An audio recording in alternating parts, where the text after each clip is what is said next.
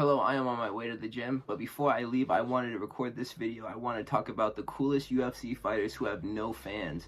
There's a lot of UFC fighters who do what they do for no appreciation at all. I don't think that it's right.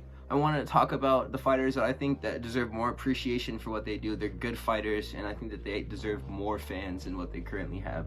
We're going to start this list with Esteban Ribovics. He just had what was probably the fight of the year. I said it was probably the greatest fight I've ever seen in my life, dude.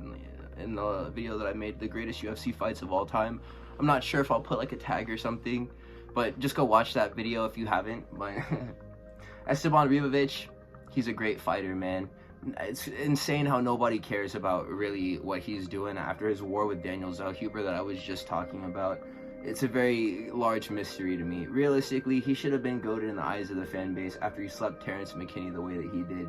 You know that I'm a McKinney fan too, but still to this day, I've never seen someone get knocked out so bad that they got happy, dude. He literally was smiling after he got knocked out. Crazy work. Ribovics has just a very unique way of striking. It's a very interesting style. For the fact that all of his shots come over the top, punches and kicks are always looping over the top, and he's able to bust up guys who rest their hands low to defend takedowns or parry kicks and body shots. If that's like your defense, like you're protecting your body, Esteban Ribovics is going to do very nasty things to you. He can even set up head kicks to finish a fight if he sees an opening to do it. He has really good boxing for the sport of MMA too, and he does really good work using his short and tight strikes inside to land shots on opponents as they escape from the exchange. He's very good at that. He's a sniper as well. And he can land this check hook that's like a lead overhand all the time, in close, at range. It's very nice work. The punch is very strong, and it's strong enough to even knock people out on accident, as he did on the Contender series. It really looked like he didn't even mean to knock that guy out. It's like insane stuff. Half of the fights that he has on the Argentinian regional circuit, he produced throwing this exact punch, just like this lead overhand, like hook hybrid. And he's also very strong. He can keep people on the cage too, and himself off of the cage, which is a very important skill to have. He does really struggle with takedowns though, if we're going to be honest, out in the open, as he showed in his fight with Loic Radzaboev. He was sprawling perfectly and still getting double legs, so this does kind of mean that wrestling is his Achilles heel. But he deserves fans because he goes first and chases finishes, and if his opponent doesn't come correct, he will knock them out. And I've been watching a lot of his fights lately, and he's probably my second favorite fighter at the moment. The only thing that really does like concern me about his game is his wrestling. But the next guy that we're going to talk about is going to be Steve Garcia. And I just want to say, why isn't Steve Garcia in everyone's featherweight top 10? This guy has a 100% finish rate in the UFC with 6 fights and no submission wins, dude. He's flooring everyone. And I was talking about favorite fighters earlier. Mine is Gene Silva, and I pray that he never gets match made with Steve Garcia because I really don't know who wins that fight. This guy is probably the pride and joy of the Week 1 John Academy where he trains. Aside from John Jones, I'd say. I watched some of his sparring footage, and he's just a very violent all-around person, and I really like that whenever he fights because it produces really cool moments. None of his fights suck, and he throws like he genuinely doesn't care about what's returning to him from his opponent.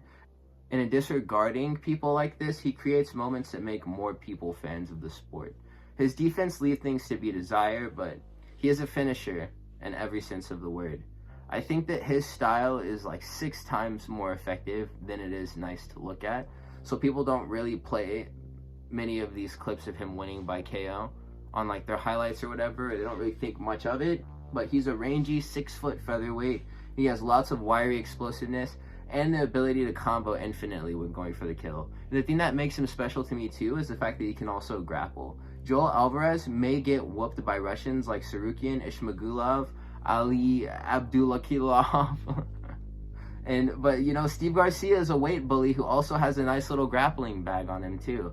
I know that Joel Alvarez is a lightweight, but I'm talking about like weight bullies who are insanely tall for their weight division. Steve Garcia is about as tall as they're going to come for featherweight. I mean, we got 6-foot flyweights, Jose Johnson, but you saw what happened to him. Steve Garcia, I'm going to say will never go out like that, dude, even though he does have very long limbs as well. I very much like violent fighters like Garcia with lots of ability. He's a staple of the prelims, and I honestly would just love to watch him crush cans forever if I was able to, but I know eventually he'll be getting harder fights. I'm not sure how he'll do at that point, but I think that he should be carrying some hype into those matchups. And whenever he eventually gets big fights, I'm going to be rooting for him because he isn't scared to get knocked out and can easily catch any opponent out of bounds. So that's going to take us to the next dude that we're going to discuss. And that's going to be Charles Johnson. Charles Johnson, Joshua Van, you know, I'm going to say it. Joshua Van is like the homie. At flyweight, he's all the rage. But why does nobody ever tip their hat to the guy who separated him from his donkey? That's Charles Johnson. He knocked out Joshua Van. He's pretty active.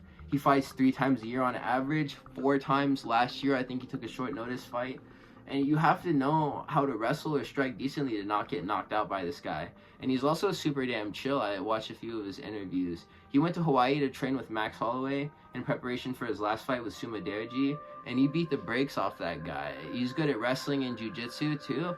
I mean, he'll dominate people with his skill set if they don't know how to do what he can at the level that he does. So, and he's also a very competent striker with a knockout threat that shouldn't be taken lightly by anyone in the weight class. So he's kind of like a technically gifted Bobby Green variant who talks big and is always ready to back it up. He may be missing a couple of knockouts in his last run, you know, going 3-4 for decisions, but he won all of the fights that he fought in last year. It's just 3 of them were decisions, so they could have gone under the radar. But bro still fought 4 times and won in 1 year. So the fact that he wears a shag haircut, he's from Dallas, it's like 2008 again. It makes me always root for him. And this is kind of weird. It's kind of like, you know, like the Nate Diaz brothers are the only people who can like claim to be gangsters in the UFC.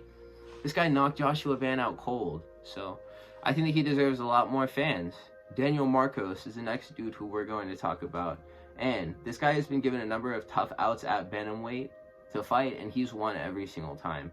He's a very cerebral kickboxer who is always setting up traps and thinking 3 steps ahead of his opponent.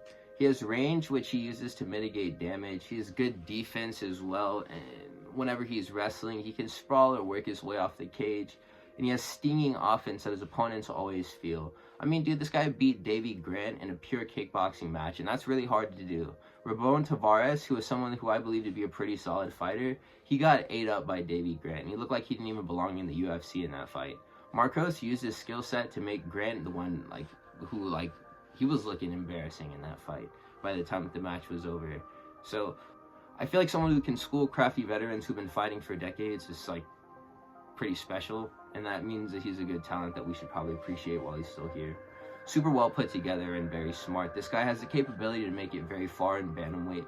He's like farming potential through beating other prospects and being a tougher and fresher fighter every single time whenever he fights, dude. He shows up in better condition, and he's fighting a better opponent, and he just beats the crap out of them every single time. You can always count on it. Daniel Marcos is a very good fighter. I'm going to keep my eyes on him because I think that he will become a mainstay of the rankings at some point in the near future. So, Chepe Mariscal is the next guy that we're going to talk about. In the LFA a couple of years ago, Steve Garcia and Chepe Mariscal both fought each other, and the fight ended in a really garbage stoppage. Garcia was up on the cards, and he would have gotten the fight given to him from the judges if it made it there, but a takedown paired with some ground and pound led to the fight being stopped. Chepe Mariscal was completely with it the whole time, and man, I'd be hot if I was. Chepe Mariscal has a crazy comeback ability, and he's deviously aggressive whenever it comes to striking, and the fight, it doesn't matter where it is. It can end at any point whenever Chepe Mariscal is still in there. He has a very methodical way of brutalizing his opponent. This list is full of guys who I repeatedly see on prelims who always give us good fights but never get talked about. So Chepe Mariscal is a super game fighter who is never the first to exit the pocket, and the smothering wet blanket style that he takes to kickboxing and grappling led him to beat upcomers like Jack Jenkins, Trevor Peek, Morgan Sherrier, and Montel Jackson. This list of fighters I just rattled off are guys who have cool styles, and they can create cool moments whenever they fight with people who are worse than they are. But we do get fights like Raul Rosas versus Terrence Mitchell quite a bit. Rosas is a prospect the organization knows can be a draw and bring fans to the sport, so they're going to give him a guy who are like closer to, you know, tomato cans and elite fighters. Mariscal isn't someone that I consider to be an elite fighter either, but I mean, he just wants it really bad, and he is incredibly violent, so I think this should earn him a few more people who support him. So I just want to say, Gilbert Burns probably has the best follower base out of any fighter on the active roster. I don't understand how every single time that he loses, we all just forget and give no credit to the people who are beating him, Whenever he does anything positive, whenever he fights, he gets hailed for it, even if he loses. People glaze Burns for getting cooked by Khamzat because it wasn't as bad as whenever Khamzat fought the Leech. But Brady suns him across like 25 minutes by defusing his plan to grapple, and nobody talks about it. This guy really didn't do himself any favor by, getting standing TKO'd by Bilal Muhammad. But people, I feel like, have scrubbed both of these fights out of their memories.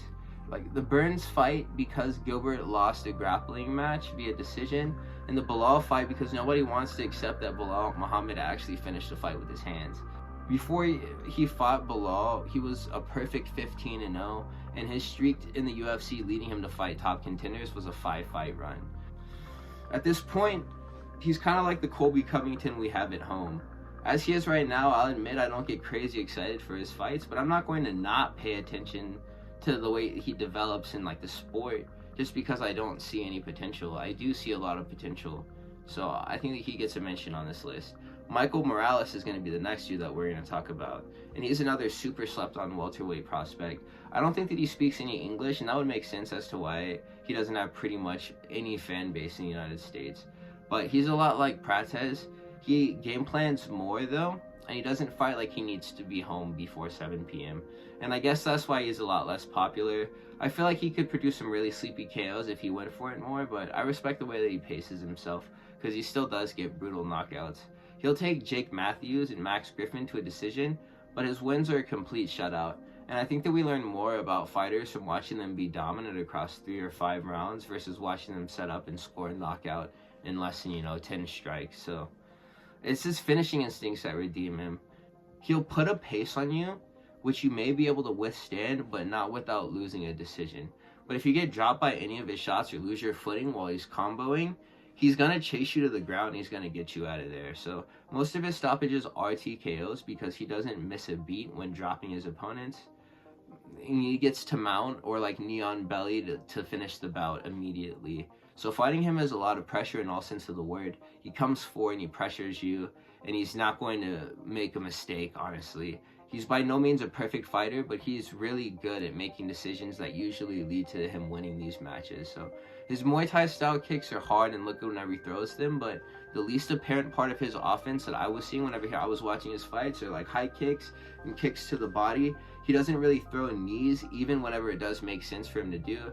He is a boxer, and this does seem to work for him because he does have a pretty good idea of how to translate the attributes of his frame into doing damage to people. So he definitely deserves more fans, I believe. The next guy that we're going to talk about is going to be Jack Hermanson.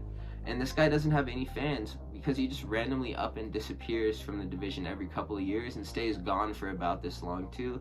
He's a guy who isn't the best, but he's still pretty good. And I forget about how skilled he is all the time until they give him a top 15 prospect to fight or just someone right outside of the rankings to fight, and he usually beats him up every time. Last time it was Joe Pyfer, but then it was Chris Curtis, and then before then it was Edmund Shabazian. Hermanson only really loses fights to active fighters in the rankings who have been reputable names at 185 since I first started watching the UFC. So Hermanson is a guy who you can out durability if you have a chin like Vettori or defense like Strickland. But if you go for it and have power like Thiago Santos and Jared Cannonier, you can also knock him out too. And it's pretty easy to knock him out if you do have a lot of power and you are lunging for that finish. But the window to secure it with strikes closes as soon as that first bell rings. Your chances of sparking Jack Hermanson out cold go down significantly at the beginning of every round.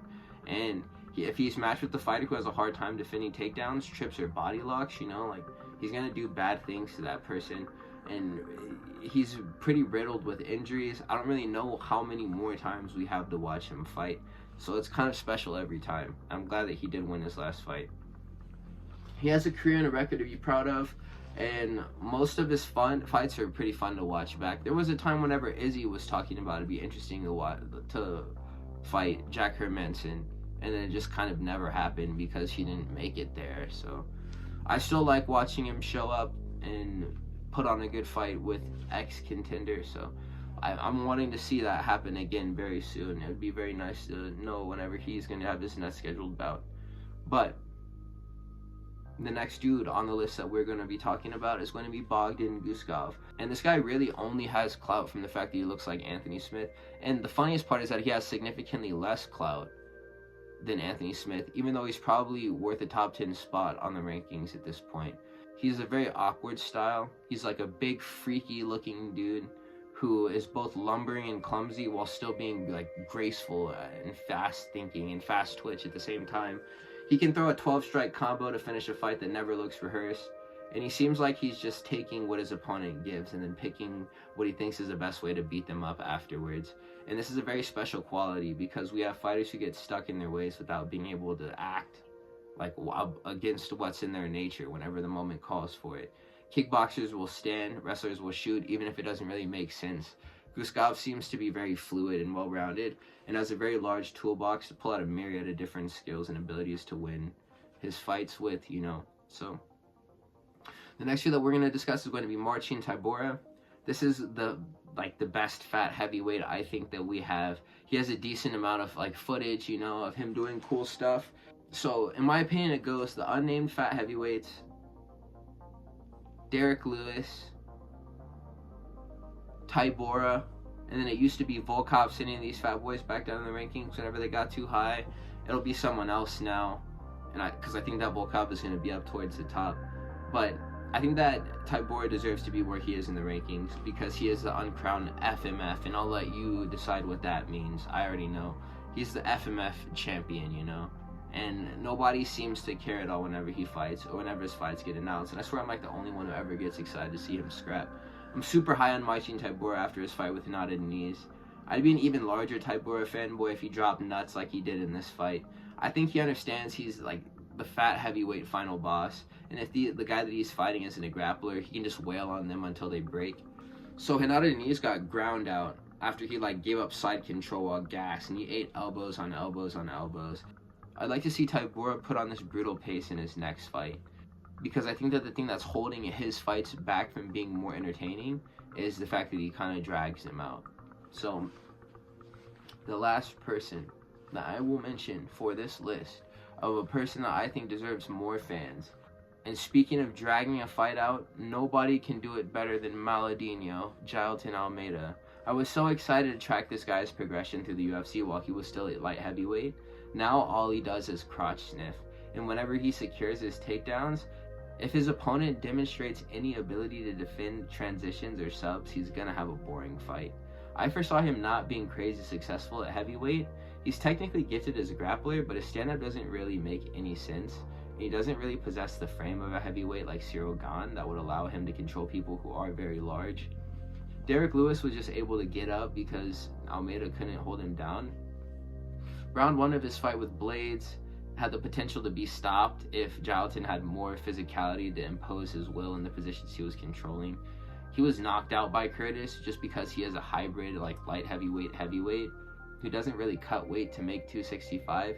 He fights at around 240 pounds, and you notice that he is much lighter whenever he's fighting these big boys. And he's still very technically good. He's ripped to shreds, and I think that he's someone we could all get behind as fans, just because he finds a way to make his style work for him. And if he just like found a way to make it a little bit more exciting, develop some cool striking, I think that we'd have a cool contender to be able to support. That's going to be the list, fellas. Thank you for making it to this point of the video. If you appreciated the picks and shouts that I gave, if you have your own ideas, please leave a comment and tell me what you think. Like, comment, and subscribe. I will catch you guys in the next one. Have a beautiful day.